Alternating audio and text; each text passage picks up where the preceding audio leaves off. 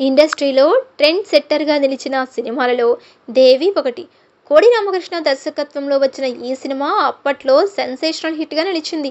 ఈ సినిమాలో ప్రేమ హీరోయిన్ గా నటించింది. దేవిశ్రీ ప్రసాద్ ఈ సినిమాతోనే సంగీత దర్శకుడిగా మారారు. ఇక ఈ సినిమా గురించి ఆసక్తికర విషయాన్ని ప్రేమ పంచుకున్నారు. టాలీవుడ్ లో ప్రముఖ దర్శకులలో కోడి రామకృష్ణ ఒకరు. ఈ దివంగత దర్శకుడు ఎన్నో అద్భుతమైన సినిమాలను తెరకెక్కించారు. సోషియో ఫ్యాంటసీ సినిమాలకు పెట్టింది పేరు కోడి రామకృష్ణ.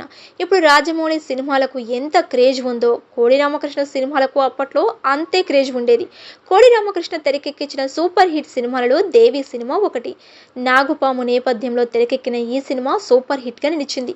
ఈ సినిమాతోనే రాక్ స్టార్ దేవిశ్రీ ప్రసాద్ ఇండస్ట్రీలోకి అడుగుపెట్టారు. దేవి సినిమాలో దేవిశ్రీ అందించిన సంగీతం సినిమాకే హైలైట్ అని చెప్పాలి. ఇక ఈ సినిమాలో ప్రధాన పాత్రలో హీరోయిన్ ప్రేమ నటించింది. అప్పట్లోనే లేడీ ఓరియంటెడ్ మూవీ ఇది. ఈ సినిమా రిలీజ్ అయ్యి 25 ఏళ్ళు అయింది. తాజాగా ఈ సినిమా గురించి నటి ప్రేమ మాట్లాడుతూ ఆసక్తికర విషయాన్ని పంచుకున్నారు.